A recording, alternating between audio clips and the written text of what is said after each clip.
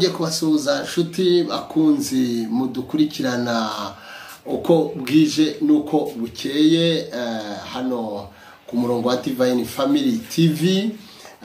Rero nongeye kugaruka kandi mbabwira ngo mbifurije ukwezi kumugisha, ukwezi kwa kabiri muri izi ntangiriro rero z'ukwezi kwa kabiri ku mwaka w'ibihumbi 2025. Hanyuma amazina ni yayandi ni Gilberto Daddy kuva ku Divine Family TV. Gahunda ni ntugasase rero uyu munsi rero mbazaniye iki hano ku meza cyangwa se kuri ekra za Divine Family TV. Wowe udukurikiye 5/5 nagira ngo nkubwire ngo mbazaniye imyanzuro y'urubanza cyangwa se imyanzuro y'urukiko rumaze iminsi ruburanisha urubanza mu itorero rya ADPR PCIU, aho byasaga nkaho byarurucijo, umwe aza kurura undakurura wundi final n'urukiko. Rero final n'urukiko mbazaniye imyanzuro imeze itereka mbere na mbere mite nkubwira ngo reka mbanze mbabwire ngo itangazo ryihutirwa ryasinyweho umukono n'umushumba cyangwa se Reverend Pastor Rugerinyange John. Iri tangazo riravuga iki rero? Itangazo riravuga ngo arahamagara abakozi b'Imana cyangwa abashumba, abakuru b'itorero, avuga butumwa ndetse n'abadiakoni babishaka yuko ku itariki 7/5 hano i Kampala hari inama izaba igaragaza cyangwa se ishyira ahagaragara imyanzuro y'urubanza mwese mwari mumaze igihe mukurikirana mwibaza ngo ruzarangira ryari. Bamwe ngira ngo murabizi ko bajyaga bavuga bati ubwo byagiye mu koti ntago bizarangira. Hano rero kuri ekara turabifite byose, no kuvuga ngo turaza kugenda tubica mu ncamake tugenda tubabwira uko byifashe, hanyuma namwe mugenda mudufasha guhuza ibitekerezo. Rero ukeneye ubusobanuro burenze kubyo tugiye kubahereza uraza kuduhamagara kuri 0788 953 0788 niyo nimero ushobora kuduhamagaraho ushaka kumenya biyimbitse ibigendanye n'urubanza rwa ADPR PCIU, aho Geoffrey Rwanyamuzira yareganaga na Rugerinyange John. Hanyuma kandi haza kwiyongeramo Nyirimpeta Anastasi aho yakubitiwe ahareba Inzega. Hanyuma haza no kwiyongeramo Karangwa Ntakirutimana ndetse na Mukamurenzi Angelique. Hanyuma biza kurangira bose babahigitse babashyira ku ruhande. Imyanzuro rero iravuga iki? Bakakanya ahangaha no dufite inyandiko cyangwa se impapuro navuga ngo zivuye mu URSP. Mpita mbabwira iki ngiki. Ikireka mite ngikomoreza kuri iki kirego twarezwe n'ubita Nyirimpeta Anastasi alias Musatuzi, aho yareze abantu 15: Karangwa John, Asimwa Apollinaire Mbirindende John, Mukamurenzi Angelique, Ntakirutimana Theoneste, Rwanyamuzira Geoffrey, Shimimana Jean Paul, Nahuhereza Melanie, Kahutu Phineas, Kayinamura Fred, Wamandu Penina, Bright Dorcas, Muganga Jean Bosco, Rugerinyange John and Gilberto Daddy Ngabitsinze. Abo ngabo bakaba ari ba defender. Hanyuma Plantified akaba ari Nyirimpeta Anastasi, akaba rero yaratureze aturega mu izina rya ADPR PCIU. Nkaba nkubwira ngo iki kirego kiri mu gitabo kingana uku nguku, ibirego agahishi bidafite ntabasha rwose kujustifyinga ibi birego. Nagira ngo nkubwire ngo urukiko rwa High Court aho yari yatureze rwabitesheje agaciro nyuma y'iperereza ryakozwe aho bagiye banasanga iki kigambo yagiye yandika kuri aba bantu URSB itakizi. Hanyuma iki kirego bagitesha agaciro cyangwa se iki gitabo kingana uku nguku. Mbwira abadeperi ngo amafaranga yanyu ariho araguma kuziriki mukora ibintu bidafite epfo no haruguru. So iki kirego rero High Court ikaba yaragitesheje agaciro mu buryo ubu bukurikira. Bwa mbere yarababajije ati mugeze mu High Court muturutse mu ruhe rukiko rwo hasi ya High Court. Basanga bavuga yuko baburaniraga mu rukiko rwisumbuye rwa Buganda Road hariya muri Jolly Majestic. Hanyuma barangije babasaba imyanzuro bayijyanyeyo basanga High Court isanga urukiko rwa Buganda Road hariya Jolly Majestic basanga bakubitiye ahareba Inzega Nyirimpeta Anastasi muri ya myanzuro muheruka mwumvaga ubushize. Hanyuma ma Bishop Bishop komera cyane Bishop komera cyane Bishop ndashaka kugire icyo ubwira abantu nyuma y'ibibaye mu koti. Nyuma yuko mu koti Bishop ndajya ngugire ikintu ubwira abantu nyuma yuko icyo numvishije Bishop rero the staffer Bishop akaba akubitiwe mu koti rwose.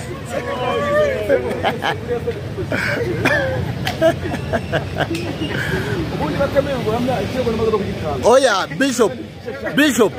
Bishop jewe genda shaka tugira ikintu dutangariza abantu nk'abantu bamaze iminsi ngira ngo urazizi intambara zari zimaze iminsi muri Rubari.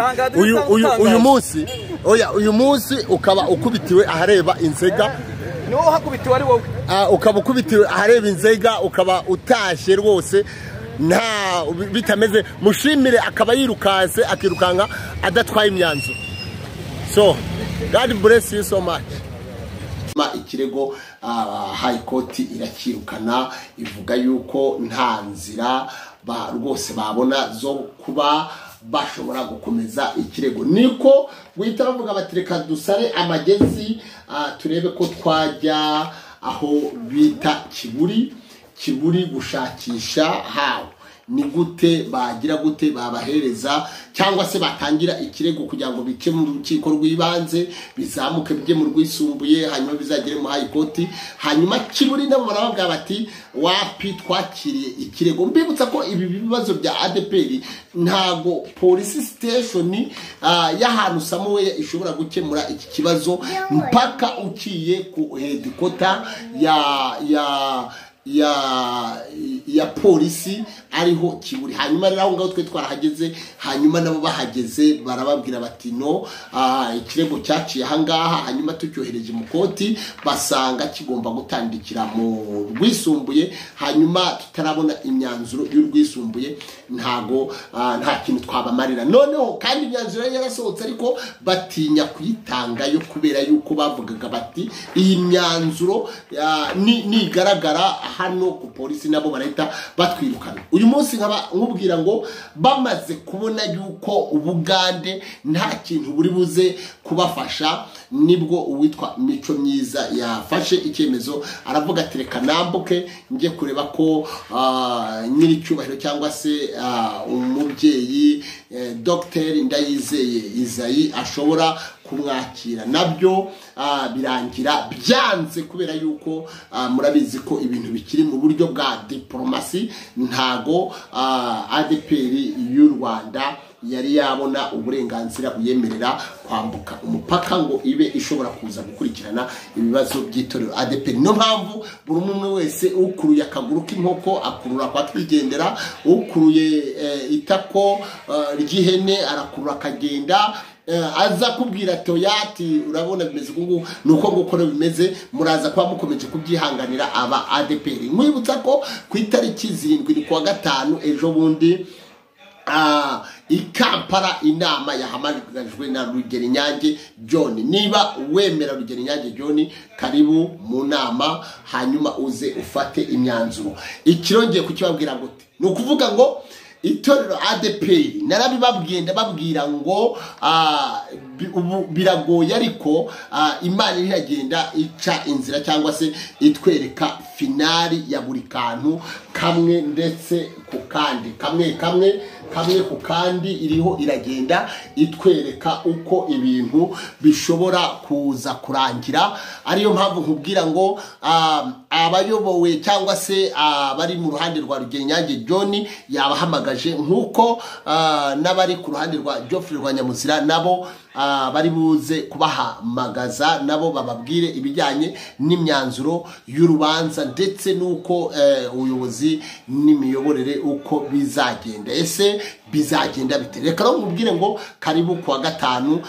Niba wumva wizerera muri Rugerinyange John, karibu kuwa gatanu i Kampala ku itorero, hanyuma babahereze amatangazo afatika cyangwa se babavane mu rujijo, kuko abantu bakomeje kugenda babarindakiza bababwira ngo bimeze gutya na gutya na gutya. Ngira ngo nongere mbibutse aka kantu kuwa kane aho ngaho muri Kempanzi, aho RDC yari yahamagaje uwo bita Mico Myiza ukomeje ngo kugenda abiyogoza ashyirishaho insengero ingufuri, hanyuma biba ngombwa yuko Mico atahaboneka. Mu kutahaboneka RDC ngo yabashije kubaza uwaba yaje ahagarariwe cyangwa se ahagarariye Mico, witwa Peter Muwanguzi uhagarariye ururembo rwa Kempanzi na Kiboga. Ngo atinya kuzamura akaboko rwose, aravuga ati reka. So kubw'ibyo rero abandi mbabwira ngo mukomeze mube steady, ibibazo bya ADPR biraza kurangira kandi birangiye completely. So rero mbabwira ngo itangazo niryo ngiryo, ntago ndibuze kujya kure yaryo, ariko mbabwira ngo URSB imaze kwitegereza isanga burya Geoffrey Rwanyamuzira ndetse na Rugerinyange John bagomba gutwara uyu murimo w'Imana. Bamwe rero bakaba bambaza bati ese Daddy mu by'ukuri ko